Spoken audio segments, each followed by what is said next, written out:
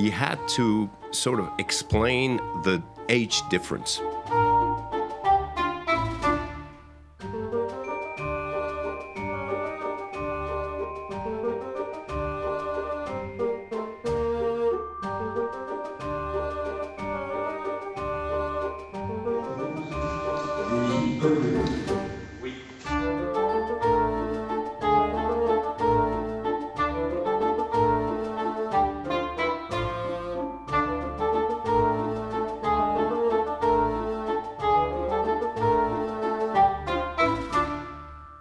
Quand on parle de Brigitte Macron, il y a une chose que certains mentionnent automatiquement, son âge.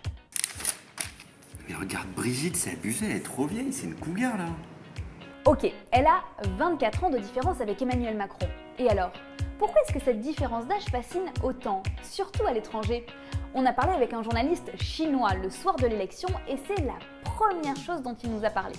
Est-ce que réellement cette campagne passionne les Chinois ou sans plus? Oui, premièrement, il faut le dire, l'histoire d'Emmanuel Macron avec sa femme Brigitte, qui n'est pas de même tranche d'âge, cette histoire-là intéresse. Un site taïwanais avait même fait une vidéo dans laquelle il représentait Brigitte Macron le jour de son mariage avec un déambulateur. Sérieusement? Quand je vois ça, je propose qu'on arrête de parler de l'âge de Brigitte Macron. Surtout que, ce qui choque, ce n'est pas uniquement qu'il y ait 24 ans de différence, non. Ce qui choque, c'est aussi qu'elle soit une femme, plus âgée que son mari.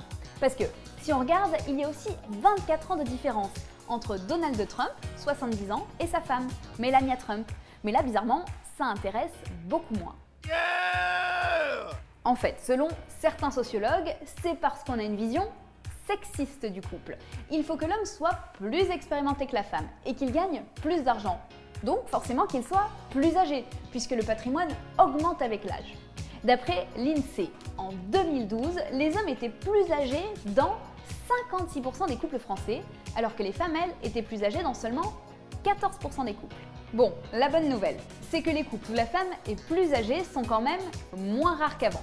Peut-être qu'un jour, on arrêtera d'en faire tout un plat et qu'on trouvera une version masculine du mot cougar, parce que pour l'instant, il n'y en a toujours pas.